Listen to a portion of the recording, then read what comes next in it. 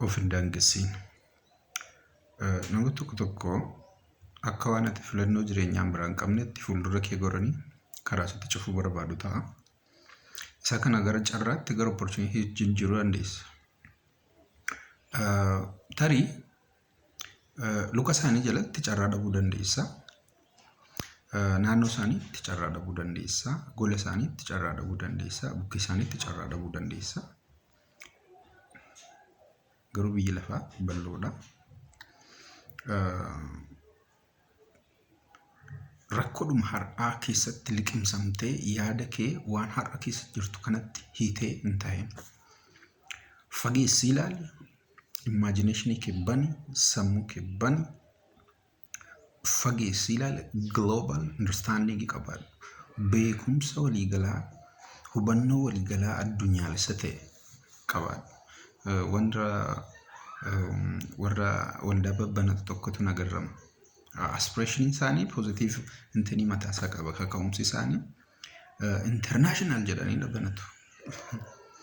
Ilaalcha sana qabu yoo jettee afaan Oromoo duwwaa dubbata international of jedha. Okay. Haa ta'uyyuu malee waan sana ta'uudhaa dandeessaa bara. Leenjii tokko irratti nama biyya Israa'el tokkotu akkasuma hin jedhe. Go global nuun jedhe. Go global jechuun asuma teessaa, mandaruma keessa teessaa, baadiyyaadhuma sana keessa teessaa, aanaadhuma sana keessa teessaa, godinuma sana keessa teessaa, ilaalchaan, beekumsaan, hubannoodhaan garuu warra Ameerikaa keessa jiru, warra Yuuroop keessa jiru, warra Eeshiyaa keessa jiru, warra biyyoota Afrikaa keessa jiru kamiinuu walqixxee ta'uu dandeessa.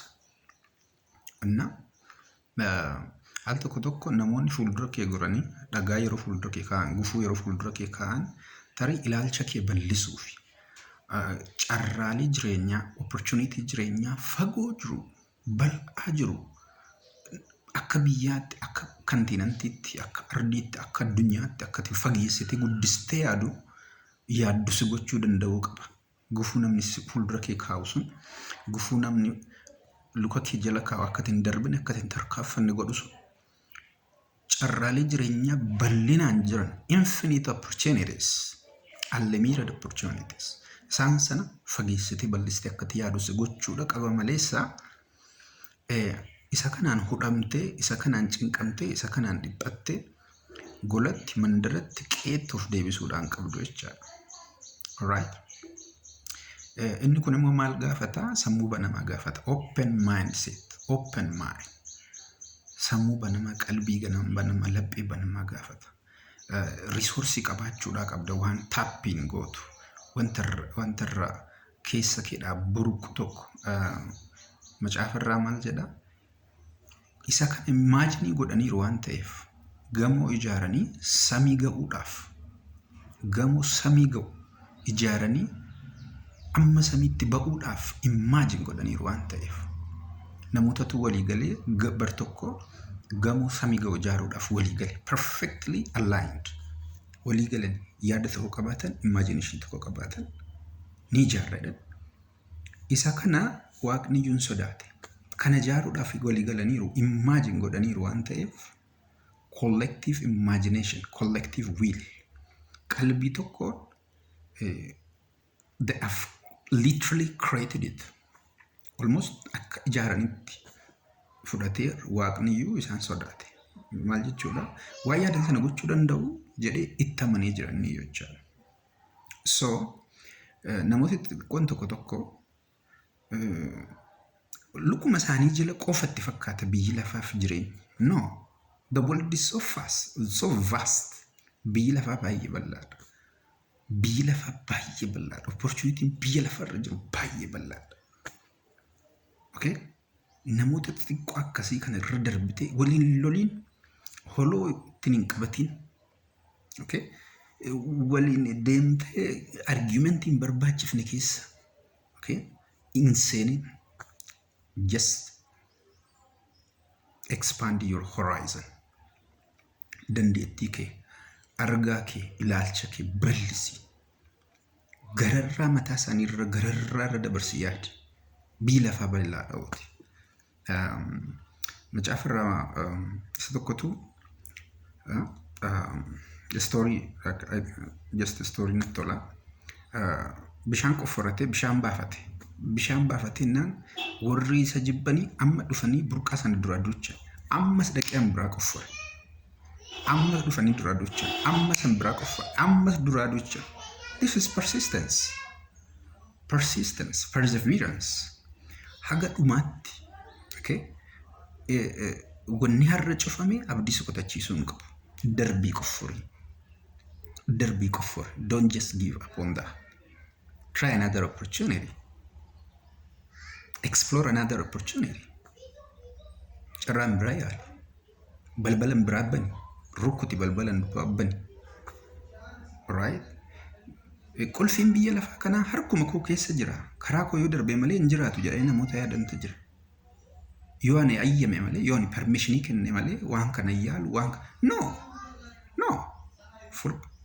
no, ignore that. Qulfii jireenya keetii eenyu harka iyyuu hin jiru. Harka Rabbii, harka Waaqaa fi harka kan kee jira. You have to believe this. Isa kana itti amanuu danda'uu qabda. Inni kan biraa immoo akkana nu fageessanii bal'isnee yaadne kan godhu inni tokko knowledge setii keenya. A body of knowledge that we have. We need to have a comprehensive body of knowledge. Beekumsa waliigalaa, hubannoon waliigalaa ati waa'ee jireenyaadhaa qabdu bal'achuu danda'uudhaa qaba. Isa kana immoo yoo dubbiste ta'edha. Right. Social media postii fakkiidhaa fi captionii toora lama duwwaa dubbiftoo ta'e global understanding kee bal'achuu hin danda'u. Okay? Sammuun kee yoo hin bal'anne immoo carraan ati argitus dhiphaata. Opportunity ati argitus dhiphaata. Kanaaf knowledge basic bal'isi. Sammuu qollofamaa baattee na deemin.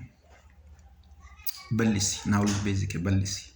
Sammuu qollofamaa baattee na deemin. Macaafota biti. Dubbisi macaafota. Download godhi PDF hin tola. Akka bara kana akka si'a kana biyya lafaa irratti beekumsi tola ta'ee hin beeku. Jaarraa 19ffaa, jaarraa 20ffaa sana dura namoonni xalayaa tokko barreessanii beekumsa tokko sheerii gochuudhaaf beekumsa tokko iddoo biraa ga'uudhaaf beekumsi xalayaan tokko kanii Faransaayitti barreeffame South Africa ga'uudhaaf utuu telegiraafiin hin uumamiin duratti ji'a 3, ji'a 4, ji'a 5 ga'a. Nami argannoo tokko argate beekumsa tokko qabu barreessee lafa kaayee waraqata irratti kaayee reediyoon hin jiru, televezyiiniin hin jiru. South Africa ga'uudhaaf ji'a 6, waggaa 2, waggaa 3 fudhachuu danda'a. Yeroo dheeraa fudhata, generally speaking.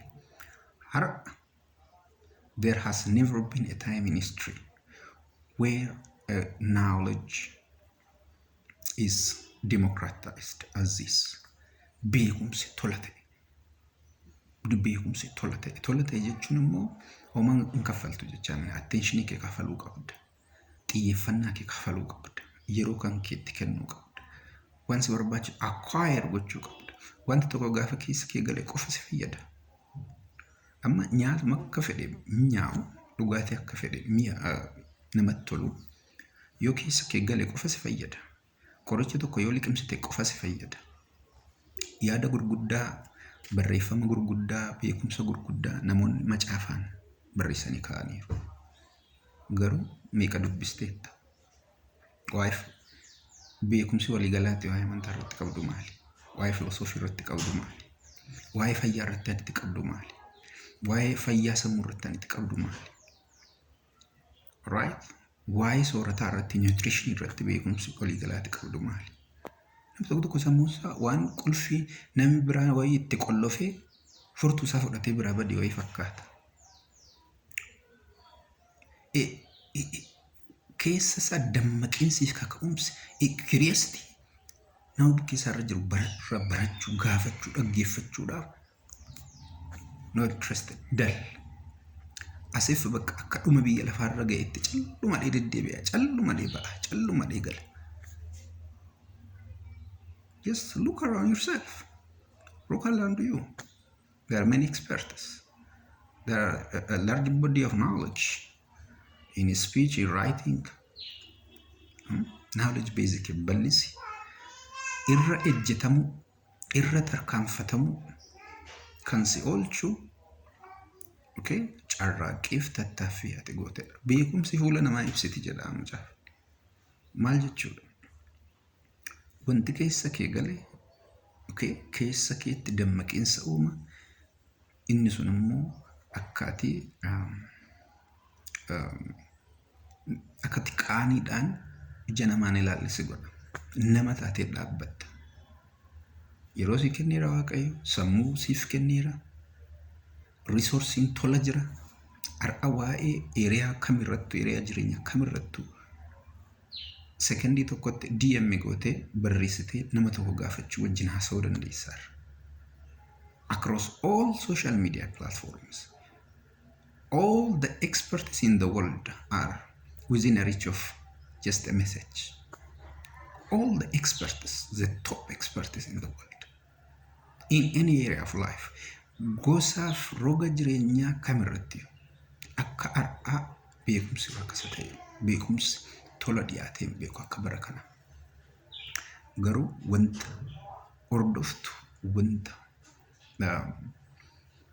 wanta ofitti fudhattu situ filata. Waan hundumtuu eeyyamameera jechuun waan hundumtuu si fayyada jechuun. Iddoo tarra jirtu sa'aatii kana maadha wanti si fayyadu. Jireenya keenya har'a sadarkaa jirurraa gara itti aanutti nu ceesisuudhaaf riisoorsii akkamiin nu fayyada? Namoota akkamiin nu fayyada? Okay? Isa kanarratti hojjedhu. Alright? Kanarraa kan hafe akkuma sila jedhe irra ejjetamu, irra tarkaanfatamu kan si oolchu ejjennoo ati har'a qabdu, carraaqqii ati har'a qabdu, okay? Abdii ati har'a qabdu. Alright? Wallaansoo wal qabaa hoola iddoon taane irratti nam tokko wallaansoo wal hin qabiin. Namoota tokko achumatti bara jireenya isaanii namoota baay'ee ta'anii kuffiisaniiru. Wallaansoodhuma qabaa hoola. Namni bira darbee akka mataa wal qabatu hin barbaadan. Achumatti gadi kussaa hoola. No, look the other way now. Naanni si ilaali. Opportunity an biraa bani, carraan biraa bani, darbii qoffore.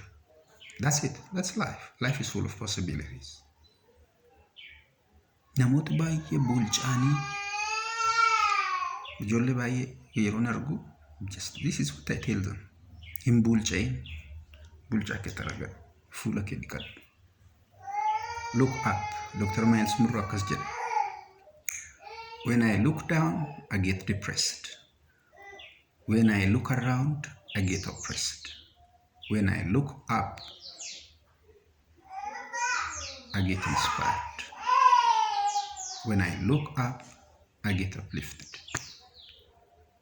Okay? When I look up, okay, I get encouraged.